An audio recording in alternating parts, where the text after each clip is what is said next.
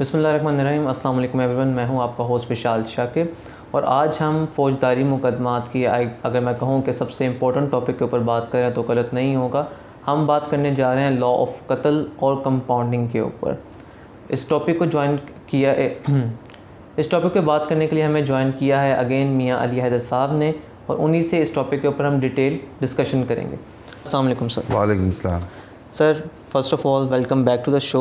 हमने अपने व्यूअर्स को सारा क्रिमिनल लॉ आपसे सिखा के ही दम लेना है और आपसे टाइम इस तरह लेते रहेंगे हम। And thank you so much for your kind gestures कि आप हमें और हमारे व्यूअर्स के लिए टाइम देते हैं।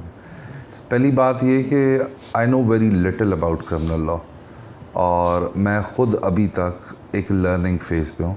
और फ़ौजदारी वकालत जो है ये आर्ट ऑफ एडवोकेसी की हाईएस्ट रियालम के ऊपर बैठी हुई होती है और इसके लिए आपको सारी ज़िंदगी सीखना पड़ता है। मैं बज़ाते ख़ुद इस कैपेसिटी में नहीं हूँ कि मैं किसी को कुछ सिखा सकूँ, और मैं ख़ुद इस बात को एक्नॉलेज करता हूँ, इस बात को बर्मला एडमिट करता हूँ कि मैं रोज़ सीखता हूँ। और वो बड़ी फेमस एक कोटेशन है, एक 16 साल का कनेडियन ऑटिस्टिक चाइल्ड है who is a PhD scholar, और मैं जब भी कहीं भी ट्रेनिंग के लिए जाऊँ प्रोसिक्यूटर्स की या पुलिस वालों की, तो ये मैं उनको लाजमी बताता हूँ और इसको मैं मनोअन खुद भी अपने पे अप्लाई करता हूँ। वो स्टेटमेंट ये है कि you will never learn until and unless you are willing to unlearn what you have already learned. So इस वजह से आपका हर दिन सीखने का होता है, और as long as कानून एक ऐसी चीज़ है, अगर आप इस परसेप्शन के साथ, इस माइंड फ्रेम के साथ इसको अप्रोच नहीं करते, तो ये आपके साथ ऐसी आपकी तबीयत साफ़ करता है ना कि आपको लग पता जाता है। सो कोई अपने आप को दिमागी तौर पे अरस्तू ना समझता हो, समझना चाहिए। तो इस वजह से मैं आज भी ये कहता हूँ I know very little about criminal law, but it is my solemn responsibility कि जो कुछ मुझे पता है वो एटलीस्ट मैं शेयर कर दूँ ताकि उसमें इम्प्रूवमेंट हो सके, ताकि उसमें फ़ायदा किसी का हो सके, मेरा ज़ाती खुद फ़ायदा हो सके। सो इस वजह से मैं इसके ऊपर आपसे that's so very kind of you. Sir topic शुरू करते हैं। चैप्टर 16 पाकिस्तान पीनल कोड बहुत ही इम्पोर्टेंस का हामिल है regarding the bodily harms of a human being. तो उसी पे बात करते हैं कि हर एक जो हमारा व्यूअर है, जो इस टाइम लॉ स्टूडेंट हो चाहे यंग लॉयर हो, वो अपने आप को एक ऐसी इमेजिनेटिव दुनिया में ज़रूर देखता है कि किसी दिन कत्ल का मुकदमा ज़रूर करना है, लेकिन उसके पीछे क्या जूरिस्प्रूडेंस है, किस किस तरह से इन चीज़ों को देखा जा सकता है, क्योंकि किसी की ज़िंदगी और मौत खुदा के बाद आपके हाथ में होती है। या तो आप उसको बचा लेंगे या उसको आप गैलोस तक पहुंचा देंगे। तो हम चाहते हैं कि इस पे एक डिटेल डिस्कशन आपसे हो कि जूरिस्प्रूडेंस क्या है, क्या टाइप्स हैं, और किस तरीके से आपकी नॉलेज से हमारे व्यूअर्स बेहतर तरीके से इसके लिए प्रिपेयर हो सकते हैं। Sir the floor is all for you. अच्छा जी, हमारी फ़ौजदारी वकालत की होली ग्रेल है जी लॉ ऑफ कत्ल जो है।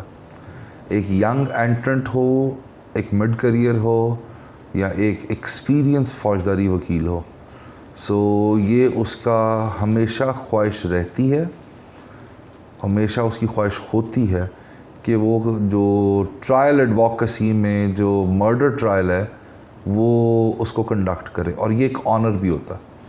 और जितने भी बड़े नाम उठा के देख लें आप पाकिस्तान के अंदर फ़ौजदारी के, चाहे वो हायर जुडिशरी से हों, चाहे वो आपके एडवोकेट्स के अंदर हों, तो उन्होंने इस स्टेज को पास करके उस पीक को अचीव किया होता है। सो इस वजह से फ़ौजदारी वकालत के अंदर सबसे इम्पॉर्टेंट फेज़ है आपका जो चैप्टर 16 है। अच्छा, before I delve into the chapter 16 और बिलखसूस लॉ ऑफ कत्ल, आर्टिकल 9 है जी आपके कॉन्स्टिट्यूशन का, वो आपके राइट टू लाइफ को प्रोटेक्ट करता है, इंश्योर करता है और एक्नॉलेज करता है। But at the same time I will not be wrong to say that कि article 9 is not inalienable right। अच्छा, क्योंकि आर्टिकल 9 में लिखा हुआ है your life can be taken in accordance with law, और वहीं पे कत्ल लॉ ऑफ कत्ल आ जाता है। ठीक है। I mean, I cannot kill you. You are protected by Article 9 that you have a right to life. But if you have taken my life by murdering me, then the law has a right to take your life. So उस reference में जब आप देखते हैं तो section 299 के अंदर define किया गया कि कत्ल है क्या। ठीक है।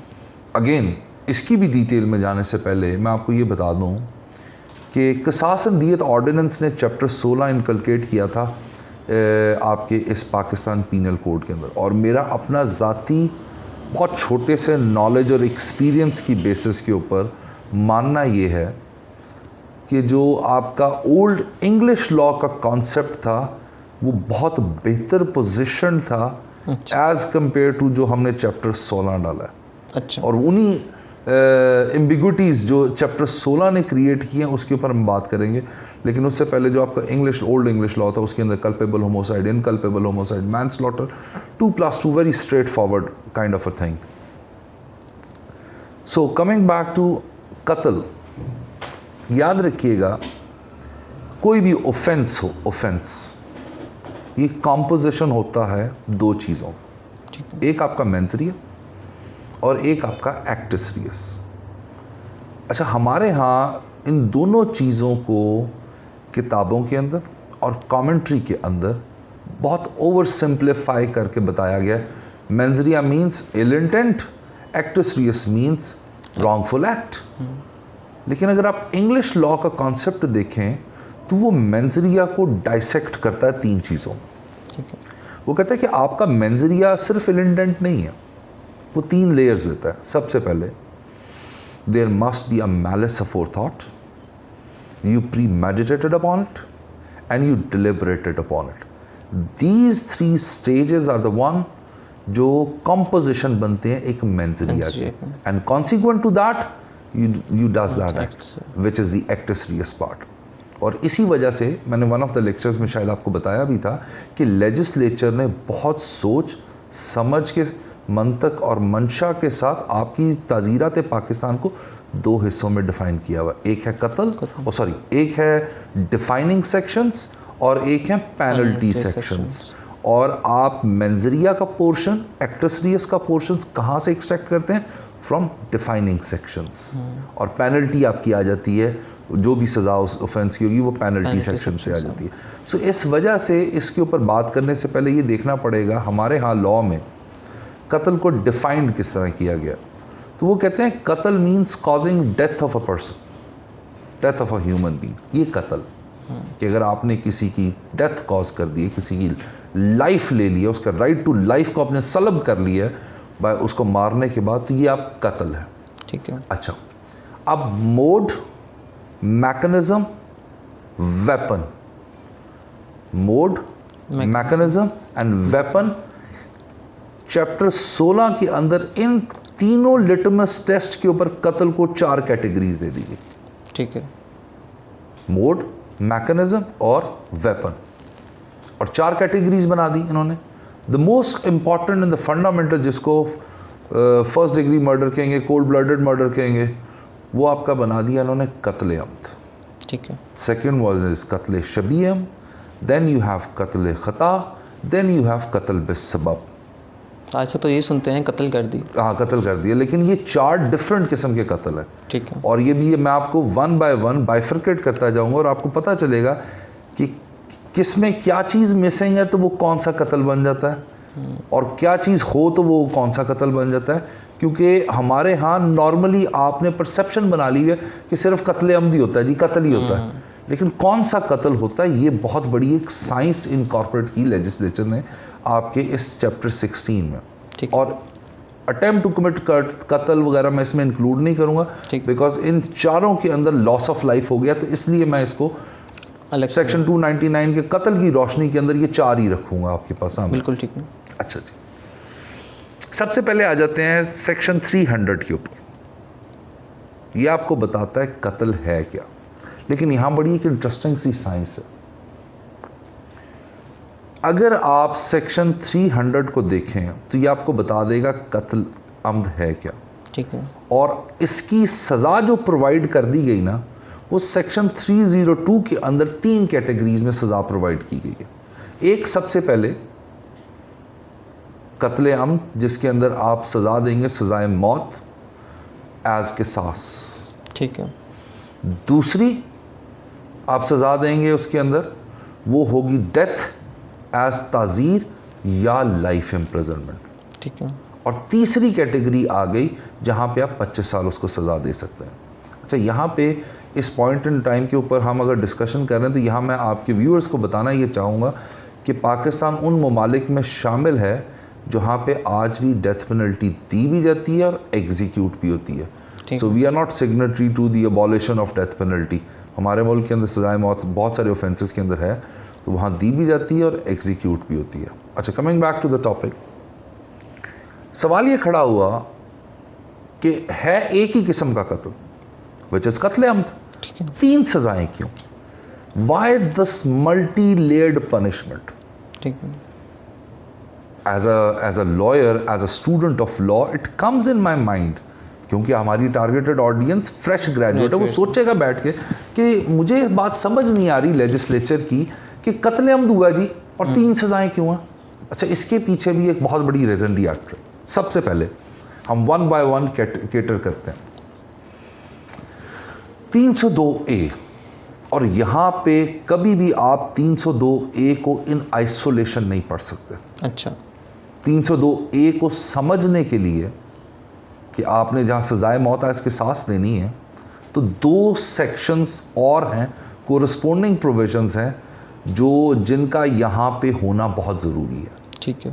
यानी अगर आपने किसास में, जो कि इस्लामिक सज़ा है, बिल्कुल, और अंग्रेज़ी का जो थ्योरी ऑफ डिटरेंस है, tit for tat, an eye for an eye, eye for eye, limb for a limb वाला जो कॉन्सेप्ट है, इसको समझने के लिए सेक्शन 304 पीपीसी और आर्टिकल 17 QSO, ठीक है, ये 2 चीज़ें हैं, ये पढ़ी जाएंगी लाजमी।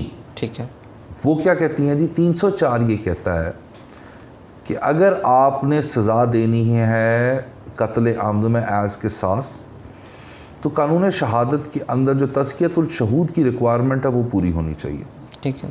अब ये बड़ा एक फेमसली और कॉन्सेप्ट है तज़कियतुल शहूद का, बट इसको मैं ओवर सिंप्लीफाई कर देता हूँ आपकी ऑडियंस के लिए कि वो आर्टिकल 17 के मुताबिक ये है कि जी कोई भी ऐसा बंदा, सबसे पहले quantity of witnesses and competent witness, वो ये कहते हैं कि ऐसा बंदा जिसने ज़िंदगी में कभी कोई मेजर सिन ना की हो, which includes perjury, which includes zina, which includes all those sins which are prohibited sins, उसने कोई मेजर सिन ना की हो। सो ऐसा बंदा किसास के मौत मुकदमे में शहादत दे कि जिस बंदे ने ज़िंदगी में कभी कोई मेजर सिन ना की हो, तो वहाँ पे सज़ाए मौत है एज किसास, और उसी मैनर, मोड और मैकेनिज़्म के अंदर मारा जाएगा जिस तरह डिसीज्ड मरा था। अच्छा, नाउ द क्वेश्चन इज, क्या ये होता है? क्या ये सज़ाएं दी गई हैं? क्या ये हमारे पास ऐसे फैसले मौजूद हैं? तो आई वुड से, मेरी अपनी 15-16 साल के करियर एक्सपीरियंस के अंदर, प्योर प्रैक्टिकल प्रोफेशनल एक्सपीरियंस के अंदर, I have not seen a single case in that regard. कभी के साथ में नॉट अ सिंगल केस। ठीक है। Yes, I heard, I have some good memory of my seniors जो कहते थे कि जिस दौर के अंदर इसको इनकॉर्पोरेट किया गया था पाकिस्तान पीनल कोड के अंदर, उस वक्त की ट्रायल कोर्ट्स ने कुछ सज़ाएं दी थी, लेकिन जो कि एपलेट स्टेज पे आकर टूट गई थी सारी की सारी सज़ाएं। ठीक है। But I have not seen any case. और मेरी इनकॉम्पिटेंस आप देख लें कि होगी कि मुझे नहीं पता होगा अगर कोई एग्जिस्ट भी करता है, बट मैंने इस 15-16 साल के अंदर जो वकालती एक्सपीरियंस किया, I have never seen that. So अब एक सवाल यहाँ पे ये पैदा होता है कि सर क्यों नहीं? क्यों नहीं? दरअसल अगर आप आर्टिकल 17 और 304 को देखें, जो शहादती रिक्वायरमेंट मौजूद है, the calibre of the witnesses जो रिक्वायर्ड है, that is so high, that is so much full of the requirements कि अनफॉर्चुनेटली और फॉर्चुनेटली हमारे माशरे के अंदर जब ऐसा कोई वकूआ होता है, तो उस वकूए के अंदर जो चश्मदीद गवाह होंगे वो उस रिक्वायरमेंट पे पूरे नहीं उतरते होंगे, जिसकी वजह से सेक्शन 302A के अंदर सज़ा नहीं होती। Okay, fair enough. सवाल यहाँ पे ये पैदा हुआ कि चलें ठीक है, अब ये तो सज़ा नहीं दी जाएगी या हो नहीं सकती क्योंकि शहादती रिक्वायरमेंट वैसी नहीं है। तो फिर हम आते हैं 302B की तरफ। ठीक है। अच्छा, 302B के अंदर उन्होंने 2 सज़ाएं रखी। एक है ताज़ीर के अंदर डेथ सेंटेंस और एक आप लाइफ इम्प्रिजनमेंट कर सकते हो। विशाल, आई वॉज एक्सपेक्टिंग कि यहाँ पे सवाल किया जाएगा कि सर है तो कत्ले अम्द, बिल्कुल 2 सज़ाएं क्यों, 2 सज़ाएं क्यों? और मैं आपके व्यूअर्स को बताना चाहूँगा कि अगर आपने इस कॉन्सेप्ट को समझना है कि है कत्ले अम्द लेकिन एक जगह आप ताज़ीर में सज़ाए मौत दे रहे हैं, एक लाइफ इम्प्रिजनमेंट दे रहे हैं, तो उसके लिए आपको कंसल्ट करना चाहिए सेक्शन 300 को। ठीक है, उसकी डेफिनेशन पे, उसकी डेफिनेशन को। ठीक है। 2 बहुत फंडामेंटल और कमाल के कॉन्सेप्ट सेक्शन 300 में डिफाइंड है। एक, जहां पे इंटेंशनल मर्डर किया जाएगा, ठीक है, और जहां नॉलेज बेस्ड मर्डर किया जाएगा। क्या फ़र्क है दोनों? मैं आपको बता देता हूँ। You just give me one answer. Legislature ने अगर इस जगह पे 302B में 2 सज़ाएं रखी हैं तो किसी वजह से ही रखी होंगी, ऐसे तो नहीं उन्होंने डाली। तो उसके लिए मैं आपकी ऑडियंस के लिए, since I don't memorise it, मैं पढ़ देता हूँ। सेक्शन 300 कहता है, whoever with the intention of causing death or with the intention of causing bodily injury to a person by doing an act which in the ordinary course of nature is likely to cause death, ये है first portion. ठीक है। यानी कहने का मतलब ये है कि जो इंग्लिश लॉ की रिक्वायरमेंट्स मैंने आपको मेंजरिया की बताई थी, बिल्कुल, मैलिस अफोरथॉट, बिल्कुल, प्री मेडिटेशन और डिलिब्रेशन, कि जिस वकूए के अंदर, जिस FIR के कंटेंट से ये बात साबित हो जाए कि जी इनकी वजह अनाद मौजूद थी, मोटिव अलेज किया गया, इन्होंने बैठ के प्लानिंग की है, विजुअलाइज किया हाइपोथेटिकली कौन किधर होगा, and they actually deliberated upon it. Just imagine ना कि आपका you are so, your intent is so criminal that you are thinking about it, how to execute it, how to make a planning out of it, and consequent to that you did your act serious. Now this is the first portion जिसको legislature ने 302B के अंदर cater किया कि इसको सजाए मौत दी जाए एज ताज़ीर। ठीक है। Now as an ordinary person I would say इसका अगला पोर्शन और इंटरेस्टिंग हो जाता है। वो कहता है, or with the knowledge that his act is so imminently dangerous that it must in all probabilities causes the death of such person is said to commit qatl-e-am.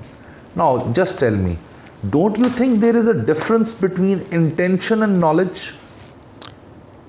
I believe कि intention में he is like deliberately trying कि मैंने मारना ही है इसको, और दूसरे में उसका एक्शन इस तरीके का है जिसको उसको अंदर नॉलेज है कि अगर मैं ये करूंगा तो ये मर भी But he don't have the intention कि मारना नहीं he है। must have not had the premeditation, ठीक है, must have not had the malice aforethought, there must be something missing. हाँ, अब यहाँ पे हुआ क्या, हमारी अदालतों ने जो आपकी सुपीरियर जुडिशरी से लेके सबऑर्डिनेट जुडिशरी तक, और ये सिर्फ एक सूबे के नहीं, across the provinces, इन्होंने एक यहाँ पे कॉन्सेप्ट अटैच कर दिया mitigating circumstances का। And I recall a judgment, PLD 2015, Supreme Court, page 77, Zaid Rahman case, in which His Lordship Mr. Justice Asif Saeed Khan Khosa is of the view that this is a wrong application. 302B, the second portion, which is the life imprisonment portion, does not talk about the mitigating circumstances. You, being a judge, must make a clarification or a differentiation between knowledge and intention, and you will be in a position to understand कि ये mitigating circumstances नहीं है। ठीक है। For that, he referred to in that judgment 302C is the mitigating circumstance. जो पुराने law के मुताबिक आपके वो सडन प्रोवोकेशन का, उसके बाद आप क्या कहते हैं आपका spur of heat of movement में जो आपके कुछ डिफेंसेस भी आपको अवेलेबल हुआ करते थे, the 302C caters to that. ठीक है।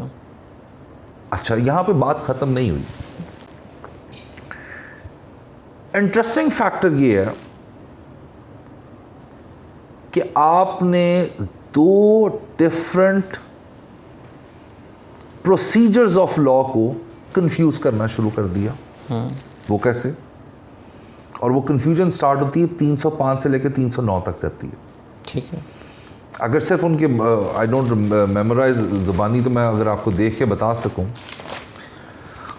305 में वली डिफाइंड है, 306 में है जी कत्ले अम्द नॉट लाइबल टू किसास। ठीक है। पनिशमेंट इन कत्ले अम्द नॉट लाइबल टू किसास is 308 and 309 is waiver of किसास इन कत्ले अम्द When it is liable to किसास। यस। ठीक है। अब बहुत सारे केसेस नहीं, in fact all of the cases, even after the incorporation of this chapter 16,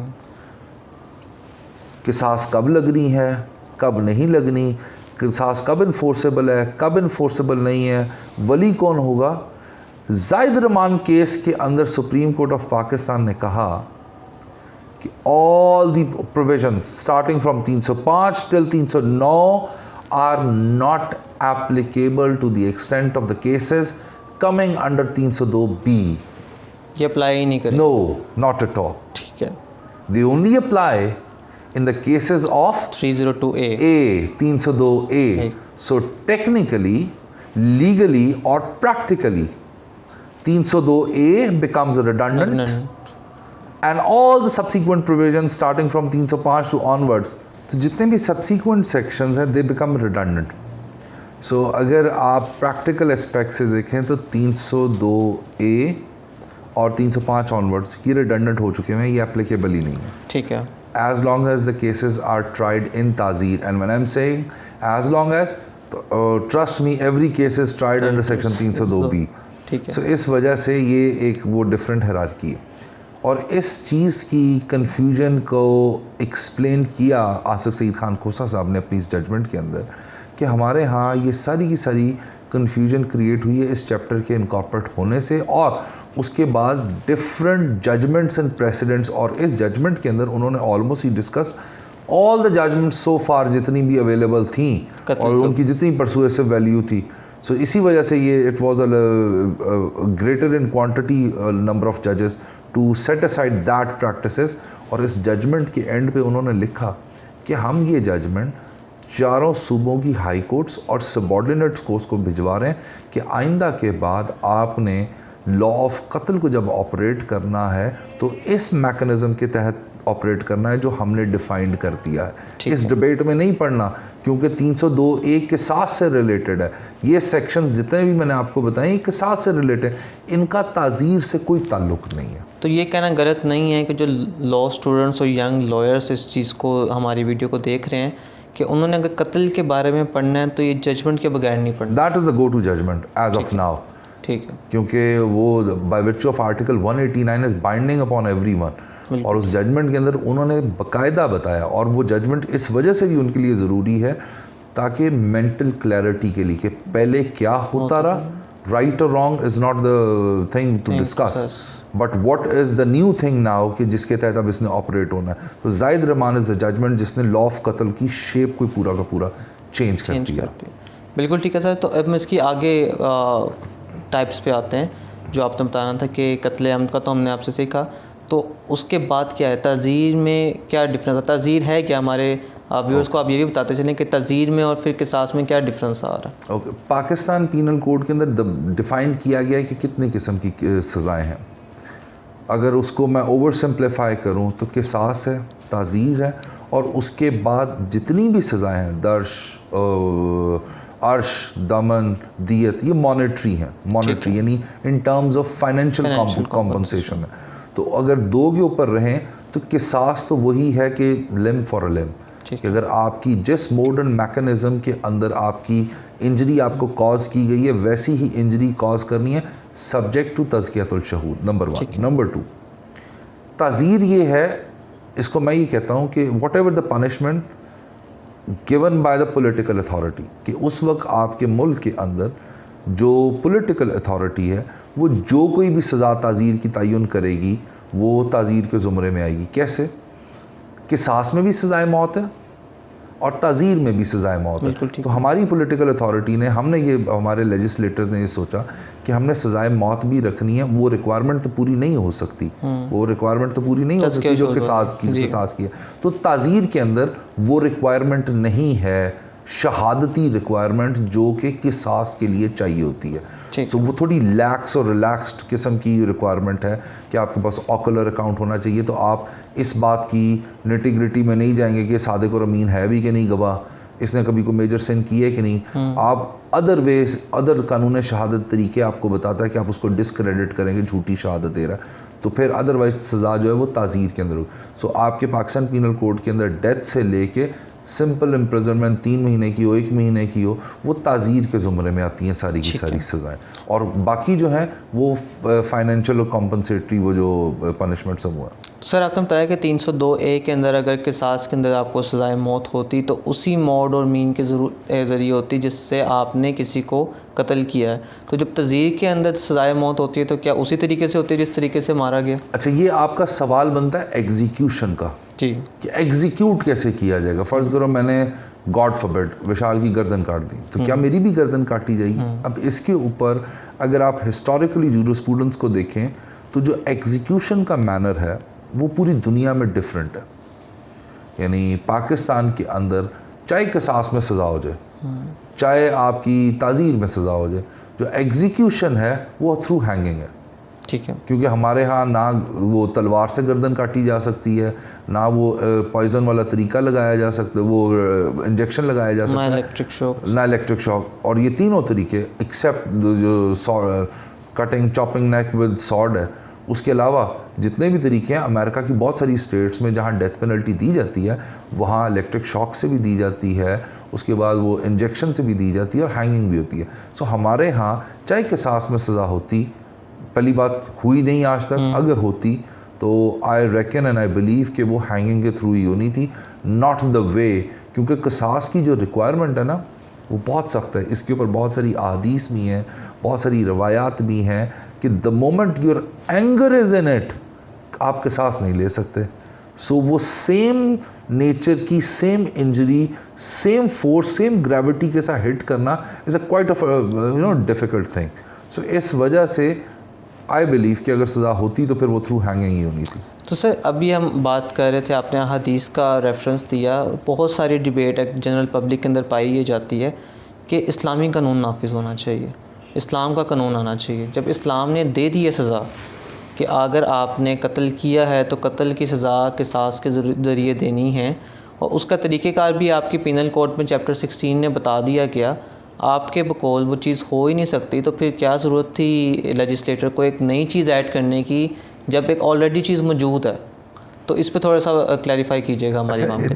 it's more of a very controversial debate plus difficult debate because I am not a proper equipped relevant knowledge in that regard, but मैं अपनी common sense की base के ऊपर आपको बता दूं कि मेरा ये मानना है, along with Pakistan and rest of the Muslim countries, I believe there is not a single country in the world जहाँ पे true letter and spirit में Islamic legal system है।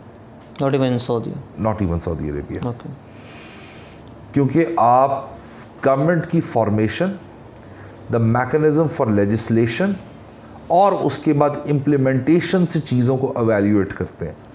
And if I'm not wrong, the legal system and the governmental system in Saudi Arabia is a monarchical one. And since it's a monarchy, it's not an Islamic legal system. Islamic government system, Islamic legal system is altogether a different debate. Again, I'm not well equipped in that. Dusra, Pakistan also a parliamentary democracy. We are Islamic Republic of Pakistan. But Rawalpindi Bar Association versus Federation of Pakistan के अंदर मियाँ साकिब निसार साहब ने article 2 और article 3 की जो debate के ऊपर सवाल उठाया था और जिसका प्रोफेसर गफूर साहब ने अपनी किताब के अंदर जवाब दिया, that is a very interesting debate.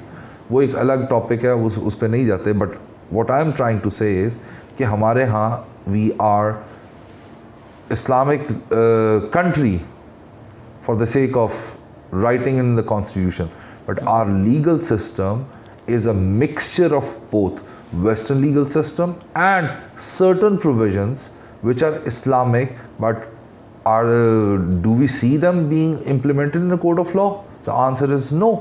So इस वजह से हमारा जो legal system है, it's a hybrid। और जो आपने बात की है ना कि चूँकि इस लेजिस्लेशन का कसासन दियत ऑर्डिनेंस का एक हिस्टोरिकल बैकग्राउंड है, if I am not being too controversial, everyone knows कि in whose era and why these legislations were incorporated into these legislations. So इस वजह से उसको अगर मद्देनज़र रखते हुए अब एक ये लॉ में हमारे है और उसको जायद रहमान केस ने काफ़ी हद तक ठीक कर दिया हुआ। So that's the most important thing. बिल्कुल ठीक है सर। सर अगली टाइप्स पे आने की कोशिश करते हैं, क्योंकि अब तक तो हम ये सुनते हैं कत्ल ही है, लेकिन आपकी इस वीडियो के बाद समझ आ रही है कि मज़ीद कत्ल भी देखे जा सकते हैं। तो बारी बारी चलते हैं कि किस तरह के कत्ल हैं और क्या डिफरेंस है सबके अंदर। विशाल, अगली काइंड पे जाते हुए मैं एक एग्जांपल देता हूँ। ये मेरे सामने एक बुक पड़ी हुई जी। If I throw that book on you and you are dead, is it qatl amd? If you intend to kill me. If I intend to kill you, that's exactly qatl shabi-e amd is all about। ठीक। वो ये कहता है कि एक बंदा आपकी किसी एक्शन की वजह से उसकी लॉस ऑफ लाइफ हो गई है, बट द वेपन जो यूज़ किया गया है इस सूरत हाल के अंदर, ये किताब एक वेपन थी। ठीक है। क्योंकि आपको इस किताब को मैंने आपके ऊपर यूज़ किया, तो उन्होंने कहा कत्ल शबी आमद के अंदर कि जो वेपन यूज़ किया गया है वो ऑर्डिनरी कोर्स ऑफ नेचर में डेथ ना कॉज करता हो, तो ये कत्ल आमद नहीं है, ये कत्ल शबी आमद है। अब ज़रा दोबारा जाएं 300 पे तो आप देखेंगे इंटेंशन होनी चाहिए और ऐसा एक्शन होना चाहिए जो ऑर्डिनरी कोर्स ऑफ नेचर में डेथ कॉज भी कर दे। और यहाँ पे जो वेपन यूज़ किया गया कत्ले शबी अमद में, ये ऑर्डिनरी कोर्स ऑफ नेचर में डेथ कॉज नहीं करता। लिहाजा इस वजह से इस किस्म की किलिंग को आप कत्ले अमद नहीं कह सकते। लॉ ने कैटेगराइज किया इसको कत्ले शबी अमद, और मेरी अरबी इतनी अच्छी नहीं है क्योंकि these are the Arabic word. तो शबी मीन्स शेडो, सो कत्ले शबी अमद।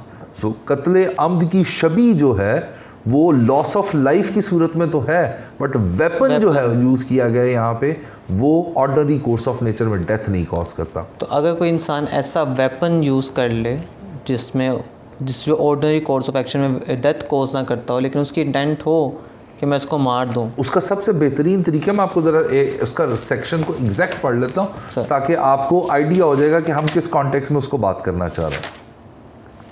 ये बात करता है जी 315 के अंदर, whoever with the intent to cause harm to the body or the mind of any person causes the death। so आपने सवाल किया था अगर इंटेंशन है, जी बिल्कुल 315 के अंदर उन्होंने कहा आपकी इंटेंशन है कत्ल कॉज करने की, माइंड और बॉडी और डेथ कॉज हो जाती है, और any other person by means of a weapon. अब यहाँ पे बाइफर्केशन आ रही है जो मैंने आपको बताया था, मोड, मैकेनिज्म और वेपन डिटरमिन करेगा चीज़ों को। तो यहाँ पे मेरा जो इंटेंशन है कत्ल करने की है, ठीक है। अब वेपन जो है डिफरेंशिएशन कर रहा है कत्ले अम से कत्ल शबी अमद में। वेपन और an act which in the ordinary course of nature is not likely to cause death is said to commit कत्ले शबी अमद। और यहाँ पे जो इलस्ट्रेशन दी गई थी वो यही थी, if in order to cause hurt strikes Z with a stick or a stone in the ordinary course of nature is not likely to cause death. Z dies as a result of such hurt. A shall be guilty of qatl shabi amd। और जो इसकी सज़ा provide की गई है that is provided in 316 and that says whoever commits qatl shabi amd shall be liable to diyat and may also be punished with imprisonment of either description for a term which may extend to 25 years as तासीर. ठीक Now है, again as तासीर. तासीर. बिल्कुल ठीक है. तो यहाँ पे वेपन चेंज हो गया तो आपका इंग्रेडिएंट्स ही सारे आपके कॉन्सिक्वेंस फ़र्क हो गए. फ़र्क हो गए. दियत आ गई और 25 साल आ गए.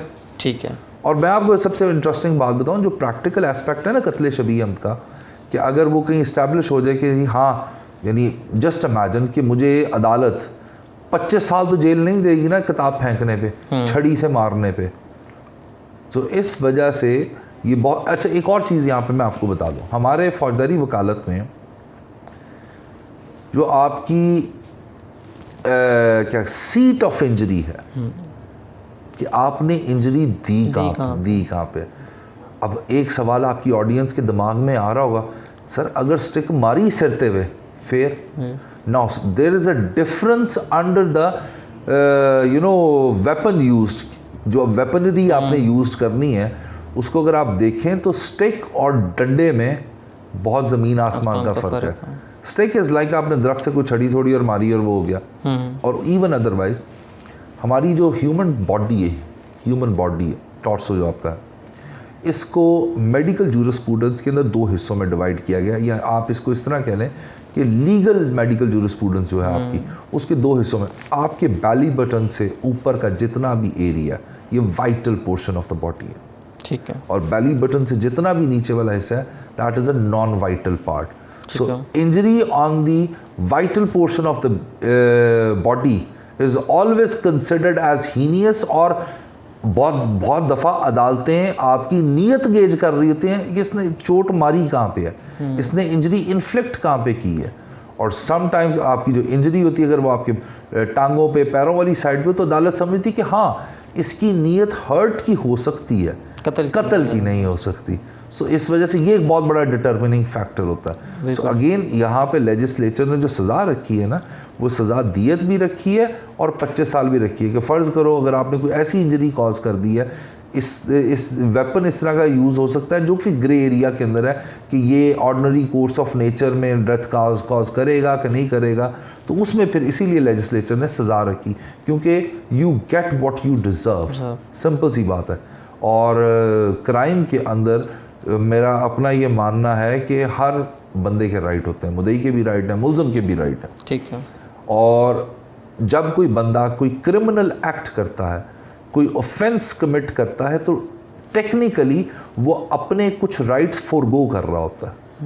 सो इस वजह से इस मुकदमे को अगर देखा जाए कत्ले शबीह अहमद को, तो you will get to understand कि ठीक है, क्योंकि वेपन ऑर्डिनरी कोर्स में डेथ कॉज नहीं कर रहा था, लिहाजा इसके लिए सज़ा अदालत ने दियत रख दी और 25 साल रख दी. और दियत और 25 साल में से ये अदालत की डिस्क्रेशन है वो किसको चूज़. जी बिल्कुल. ठीक.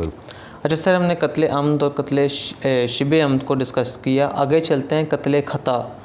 ये किस तरह का कत्ल होता है? कत्ले ख़ता को जी आपका कैटर करता है सेक्शन 318. ये आवाज़ ख़राब हो गई बीच में, दोबारा कर लो. आपका कैटर करता है 318, सेक्शन 318. वो कहता है whoever without any intention. अब क्या चीज़ चेंज हो रही है? इंटेंशन नहीं हो रही. Without any intention to cause the death of or cause harm to a person, causes death of such person either by mistake of fact or by mistake of fact is said to commit कत्ल ख़ता. अगर आप ताज़ीरात पाकिस्तान के section 76 से 106 को देखें तो ये journal exceptions का चैप्टर है, डिफेंसेस का चैप्टर है. ये बाकायदा आपको लॉ के अंदर डिफेंस अवेलेबल है मिस्टेक ऑफ एक्ट और मिस्टेक ऑफ फैक्ट का. ठीक. सो कत्ले ख़ता के बारे में जो सबसे फेमस इलस्ट्रेशन दी हुई है वो ये दी हुई कि अगर एक बंदा किसी चीज़ पे एम कर रहा है और वो समझता है कि वो डेयर है, जबकि वो डेयर नहीं है. एक मिनट यहीं रुकना. हाँ ठीक है. एक बंदा एम कर रहा है एक हिरन के ऊपर, जबकि वो एक हिरन नहीं है. वो उसको हिट करने की बजाय किसी आदमी को हिट कर देता. तो ये कत्ल ख़ता है, उसकी कोई इंटेंशन नहीं है, ठीक है, उसने कोई प्री मेडिटेट नहीं किया, उसका कोई मैलिस फोर थॉट नहीं है, उसने कोई डिलिब्रेशन नहीं की, जंगल में शिकार के लिए गया हुआ है।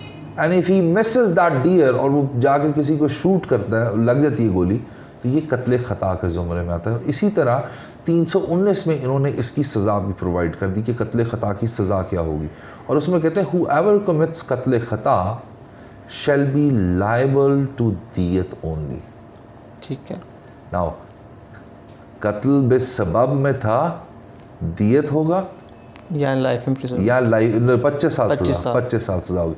अब कत्ल ख़ता में उसकी इंटेंशन नहीं है, कत्ल शबीह में उसकी इंटेंशन थी, कत्ल अमन में उसकी इंटेंशन थी, कत्ल ख़ता में उसकी इंटेंशन ही कोई नहीं है। सो उस सूरत हाल के अंदर उन्होंने इसकी सज़ा सिर्फ दियत रखी है, ताकि जिस बंदे की लॉस ऑफ लाइफ हुई है उसकी कोई फाइनेंशियल कॉम्पनसेशन हो सके।